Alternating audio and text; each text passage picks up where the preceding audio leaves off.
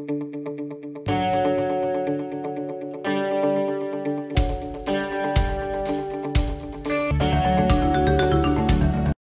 Friends, welcome to entertainment బైస్ living channel. Kurnool జిల్లా రాజకీయాల్లో తనదైన ముద్ర వేసుకున్న నంద్యాల ఎమ్మెల్యే మాజీ ఎంపీ భూమా నాగిరెడ్డి ఆకస్మిక గుండెపోటుతో తుది శ్వాస విడిచారు. ఆదివారం ఉదయం ఆయనకు గుండెపోటు రావడంతో నంద్యాలలోని ఓ ఆసుపత్రికి తరలించారు. వైద్యానికి భూమా దేహం స్పందించలేదు. దీంతో మరణించినట్లుగా నిర్ధారించారు వైద్యులు. ఊహించని ఘటనతో భూమా కుటుంబ సభ్యులు, అనుచరులు, నంద్యాల ప్రజలు శోక సముద్రంలో మునిగిపోయారు. ఆయన సతీమణి శోభా నాగిరెడ్డి 2014 ఎన్నికల ప్రచారంలో భాగంగా రోడ్డు ప్రమాదంలో మరణించిన విషయం తెలిసిందే. ఆయన మరణంతో తెలుగుదేశం క్యాడర్ హోలీ రోజు వేడుకలకు దూరమైంది. సీఎం చంద్రబాబు సహా ముఖ్య నాయకులంతా నంద్యాల బయలుదేరుతున్నారు.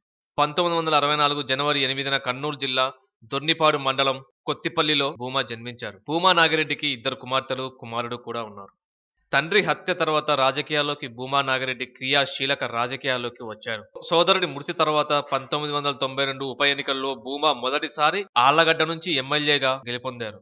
3 సార్లు లోక్సభ సభ్యుడిగా పనిచేశారు. 2014లో వైసీపీ నుంచి భూమా నాగిరెడ్డి ఎమ్మెల్యేగా గెలిచారు. 2016లో కూతురు అఖిలప్రియతో కలిసి భూమా టీడీపీలో చేరారు.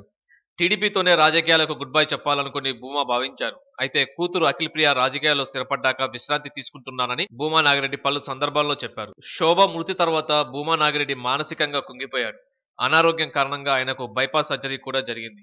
ఏడాది నుంచి భూమా నాగిరెడ్డి ఆరోగ్యం సరిగ్గా లేదు. గత వారం రోజులుగా భూమా అనారోగ్య కారణంగా తీవ్ర ఇబ్బందులు పడ్డారు. భూమా నాగిరెడ్డి కూతురు అఖిలప్రియ ప్రస్తుతం ఆళ్లగడ్డ ఎమ్మెల్యేగా కొనసాగుతున్నారు. మరిన్ని లేటెస్ట్ అప్డేట్స్ కోసం ఎంటర్టైన్మెంట్ బైస్ లివింగ్ ఛానల్ ని ఒక్కసారి సబ్స్క్రైబ్ చేయండి. Stay tune our channel. జై స్వచ్ఛ భారత్, జై హింద్.